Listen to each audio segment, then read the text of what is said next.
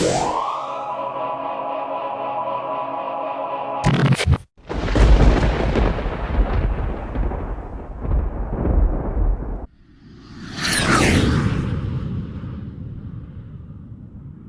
folks, welcome everybody to the Everyday Health Hacker Podcast. I'm Mike Herzing.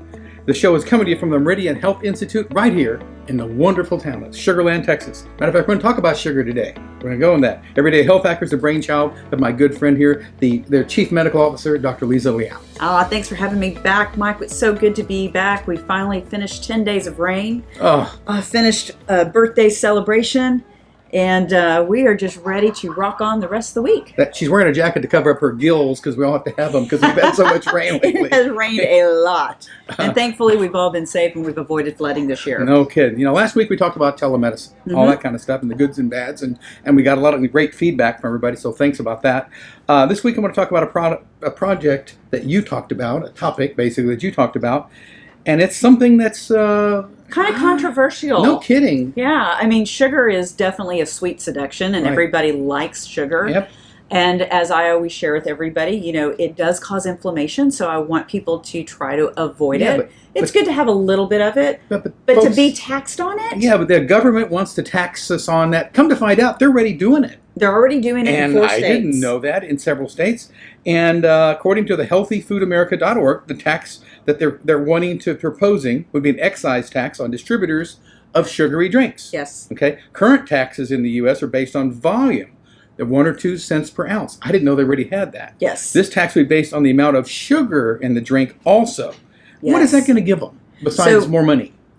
2 different things. You know, if they start doing that on sugar as an ingredient, what other things are they going to do? Are they going to start taxing our butter? Are they going to start taxing our cheese? What does this start to lead into? Because it's already, I mean, if you look at, you know, the District of Columbia, when they started doing taxes on the soft drinks in schools, and then they took out the soft drinks from the schools, there was no impact from the health. So the kids found something else to drink. I mean, fruit drinks are also very sugary, and there's a lot of fruit juices that have more sugar than sodas. Now, am I asking for everybody to drink these sugary drinks? No, I would prefer everybody to have something that would be not only natural, but also sugar-free, because it's better for you. You know, water's great, iced tea's wonderful, and there's a lot of sugar-free options that have stevia that taste very good.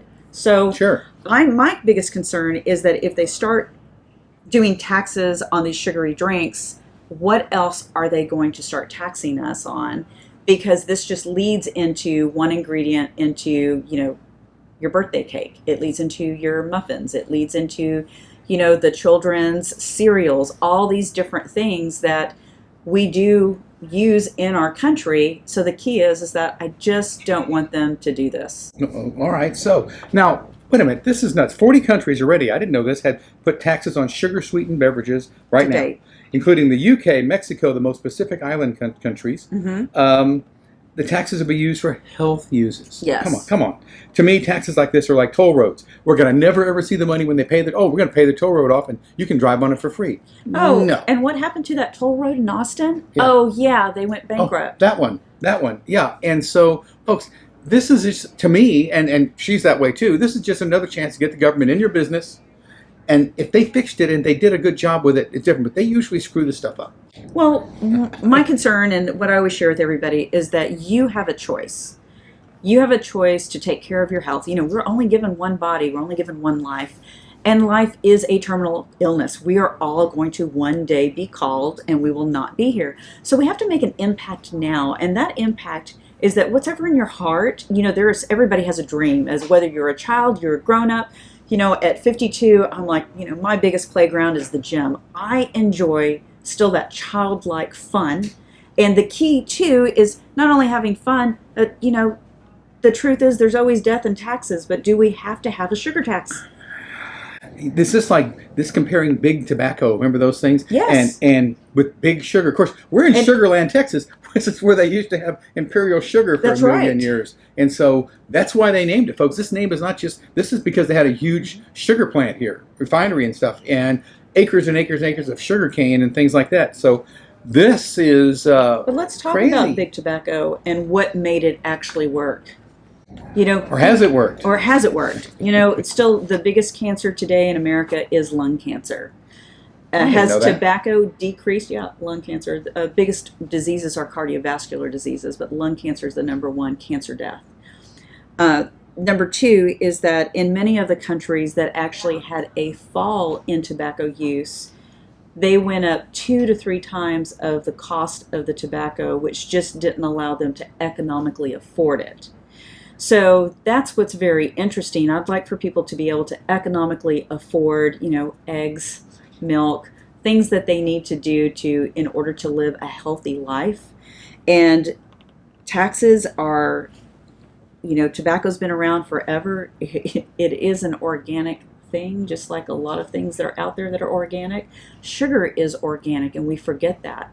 And what we're talking about is not just sugar, we're talking about refined sugar that causes illness.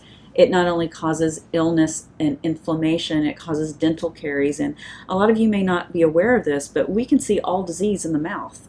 So when I'm doing a physical exam and I'm looking in your mouth and I'm saying, say ah, I'm looking at your gum tissue, I'm looking at if your teeth are loose, if you've lost a tooth, because we can even see diabetes and hypertension through those gums. So sugar is not a good thing. Being taxed on it, I think is really, you have a choice, and I want to keep it in a free society, is that we have a choice of what we eat, and I'm encouraging everybody to eat healthy. And of course, our anti-inflammatory nutritional plan is 5 different things. It's 5 secrets. Here it is, everybody listening, because this is an easy one. Oh, all right. No alcohol, no smoking, no carbs. And when I say no carbs, I mean 25 grams or less, because you're going to get carbs in vegetables even. No sugar, and of course, no dairy. And when I say dairy, I love things that are dairy. I love goat cheese. That's one of my favorites. However, I use that at a very minimum. And think about it, when you're having cheese, there are no orange cows. So let's stay away from processed, preserved types of foods. Depends on how much alcohol you drink. Well, then we go back to step 1. Go back to step 1. No, wait a minute. I've heard people say, okay, sugar's bad for you, refined sugar's bad, okay, but some of these sweeteners and things like that are probably worse for all the processed chemicals and things. It's true. There are people that say this is worse. I'd rather have, was it unrefined sugar? There's sugar a blue in the packet, raw or something? There's a blue packet, and there's a pink packet that we were told very early in life, this is more in the 60s and 70s, that, this is better for you than sugar. And truth be told, we have found that one of them causes bladder cancer and the other one causes Alzheimer's. So you won't remember that you have the bladder cancer. So it's a concern. It's a concern. I knew you were going to say that. I always encourage everyone to look at other things. There's monk fruit, there's agave, there is stevia, and these are all natural, good sweeteners, and they're not bitter. There are some that do taste bitter. Just find a different one. There's one of them, I guess it's monk fruit that we tried the other day, or stevia extract or something, and it looks just like sugar. Mm-hmm. And you put it in there and you think it's sugar, and it tastes sweet. There's no aftertaste or anything. I was like, I'll tell my wife, like, this works. The pink stuff, the blue stuff, even the yellow stuff, okay, it's not, you got an aftertaste, especially the pink stuff. Oh, right. It got a terrible aftertaste in coffee and things. But this stuff, no. I was just like, wow. Now, is it as cheap as some of the sugars and stuff? No, but I don't use that. You don't use that much of it, so it's not so bad. You have to have something on your chaffles. I mean, a lot of people say, what's a chaffle, Dr. Lisa? And I'm like, a chaffle is a keto type of waffle that is actually healthy, high in protein, and it's high in a good fat. And we actually use either monk fruit or we use a 0 sugar syrup. And they are out there, and they are tasty, and they are actually all organic, natural. But the government doesn't touch this kind of stuff because it's biological or something. Is that how that works? FDA? Well, from a lot of biologics, the FDA does not like to touch. From PRP, PRF, stem cells, ozone, these are all biological uses of different types of medical therapies that we actually use in our practice. It's considered alternative medicine. It's natural. Ozone therapy has been used for 158 years. I guess now we're going on 159 years. And we use that in dentistry as well as medicine. But you don't see the FDA, which is Food and Drug Administration. You don't see them talking about stay away from these foods, or they don't really go into that, do they? No, they don't. And that's one of the reasons why FDA does not do anything when it comes to supplements. So while there are good supplements out there, there are also some dangerous supplements out there, and that's where I always encourage everybody, do your research. If you have a question, shoot me an email. I am glad to answer those things. Yes. We get those all the time. A lot of people will do a direct message on Instagram at Everyday Health Hacker, and I'm glad to answer those quick, easy questions, or our team is, because this is about having knowledge, and knowledge is information, which allows us to make good choices in our life. Yeah, folks, if you have an opinion on this tax that they're trying to give the government, it's on the sweetened stuff, just sugar-based taxes, let us know. I mean, we'd really like to find out what your take is on it. info@everydayhealthhacker.com, because I know we're going to get some crazy responses. We're going to get some responses, and you could take a look at healthyfoodamerica.org, which will give you more information on this excise tax on all distributors of sugary drinks. So, if you are enjoying one of those sodas or even a fruit juice, those are all included because they're sugary drinks. I know people think I'm going to drink a diet soda because it's that much better for me. No, I don't think it really is. It's really... And that's why I always encourage iced tea. And, there's over 400 types of tea. Right. And teas have actually been shown to be medicinal, and there's actually studies that have shown that. So that has to be a whole nother topic, because I am a tea lover. This is the South. Iced tea, are you kidding me? Of course, sweet tea, but I can use the monk fruit stuff, and it works great. Correct. It works or stevia. great. Or stevia. Same difference. They both, to me, really kind of taste the same. And they're really... they're as good as sugar, and I love sugar. Absolutely. And in fact, what we'll do is on the comments section, we'll put some of the recommendations to help avoid the sugary drinks and be able to have something that tastes good when you're tired of just drinking water. But you do need to drink 8 to 12 glasses of water a day. I know. Big sigh then there. You're up all Big night. sigh there. All right. Drink it early in the day, okay, guys? There you go. All right, folks. Guys and gals. That was great. That was fun today. We're out of time, though.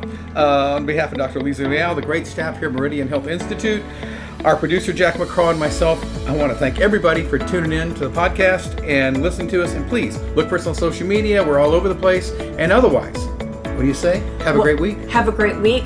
Be blessed, and I should say, just feel free to ask us anything. Don't hold back. Happy birthday. Oh, thank you. Y'all have a blessed one.